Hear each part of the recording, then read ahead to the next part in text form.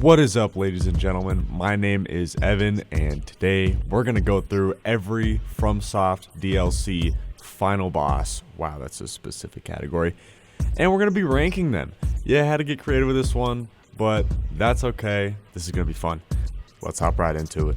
Coming in at number 8, the worst of the DLC final bosses, we got Sin. Is that how you say it? I actually don't know.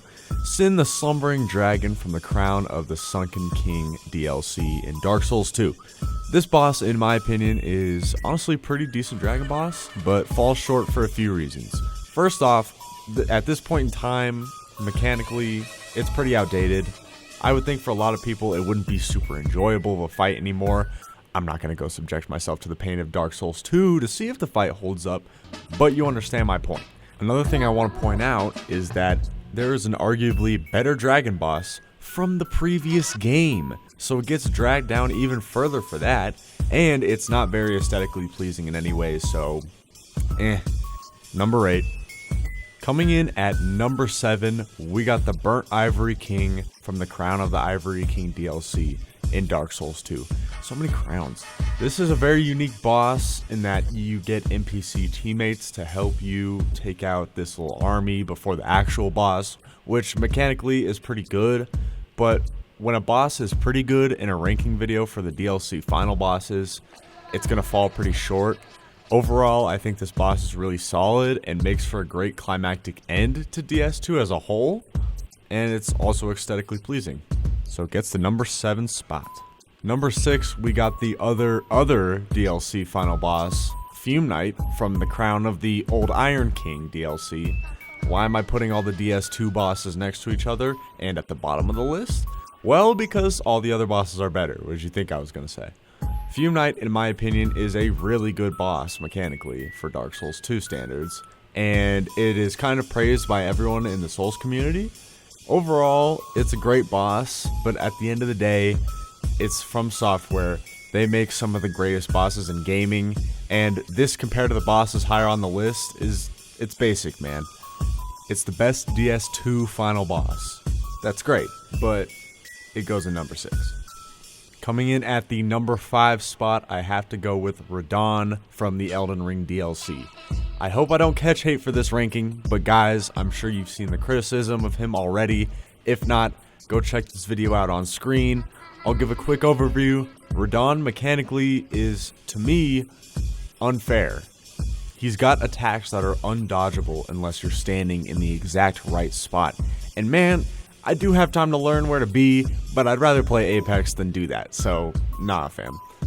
Radahn is very epic as a fight and is the hardest FromSoftware boss in my opinion, but what he does as a boss is something that was done better in my opinion by a boss that was made super long ago, which you'll see here in a minute. Overall, I like Radahn, but I don't love him, so he gets the number 5 spot. For the number 4 spot, we got Manus from Dark Souls 1. This boss does what Radahn doesn't. Manus is the accumulation of what the player has been learning throughout the game, and he ends up being an incredibly fast, almost infuriatingly fast boss, but fair. I believe Manus is more fair than Radahn, and he makes for a great, epic, climactic final fight for Dark Souls 1. Manus' design is also one of my favorites. He looks dope. So for that, he gets some points, and he's a nice number 4. I'm sure most of you know at this point what the top 3 is, and maybe how I'm going to rank the bosses, but please stick around for my thoughts. I'd appreciate it. Anyway, coming in at number 3, I'm going with Sister Fried and Father Ariandel from the Ashes of Ariandel DLC in DS3. I could gush about this boss so much, but I'm going to keep it short and sweet and make some quick points, starting with the fact that the build-up for this boss is pretty unique and scary, to be honest. I also love the dynamic combat between you and Fried, and for me personally, I think this is the best 2v1 fight FromSoftware has ever done. This also started the whole Phase 3 thing for FromSoftware bosses, which I love and hate, but it gets the number 3 spot. For the number 2 spot, we got Orphan of Cause from the Old Hunters DLC in Bloodborne. My favorite game of all time, not my favorite DLC. However, the ending to this DLC is amazing. Orphan has always been known as one of the hardest bosses in FromSoft games, and it definitely does not take away from its quality. Orphan has a very fair moveset while being difficult. If only another boss on this list could take notes. The fun and fair moveset combined with the depressing, immersive atmosphere creates an unforgettable fight, and is a true testament to the quality and attention to detail that Miyazaki brings to his games.